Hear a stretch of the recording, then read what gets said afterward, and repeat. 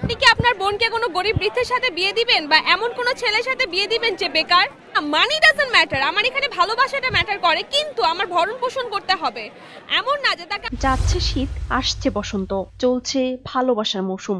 আর এমন মৌসুমে প্রেম ছড়িয়ে দিতে এবার ওমর ২১ বইমেলায় স্ত্রী তিশার ভালোবাসার কৃতজ্ঞতা জানিয়ে স্বামী মুস্তাক লিখেছেন বেশ কিছু বই। তার মধ্যে একটি তিশার ভালোবাসা। যখন মুস্তাক ভাই বয়স যখন আপ হয়ে যাবে, তখন শারীরিক চাহিদা থাকবে না, তখন এই মেয়েটার পূর্ণ শারীরিক চাহিদা থাকবে। তখন এই বইটি হাতে নিয়ে পাঠকদের তা কিনতে উৎসাহিত করছিলেন মুস্তাক তিশা দম্পতি। আর এ সময় ভুয়া ভুয়া সিসি সিসি দোধ্বনি দিতে দিতে তাদের দিকে তেড়ে এলেন মেলায় আসা দর্শনার্থীরা। মেলা প্রাঙ্গণ থেকে বের হয়ে যেতে বাধ্য করলেন আলোচিত এই দম্পতিকে। শুক্রবার বিকেল 4:30টায় সোহরাওয়ার্দী উদ্যানে মিজান পাবলিশার্সের সামনে দর্শনার্থীদের উপচে পড়ার ভিড় ছিল।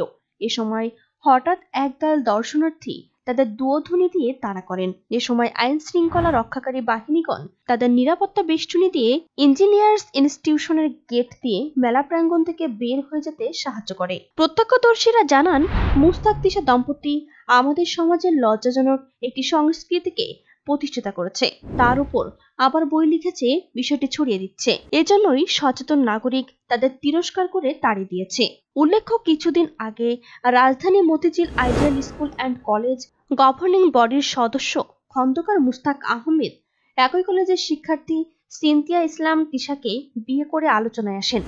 ভালোবেসে তারা একে অপরকে বিয়ে করেন।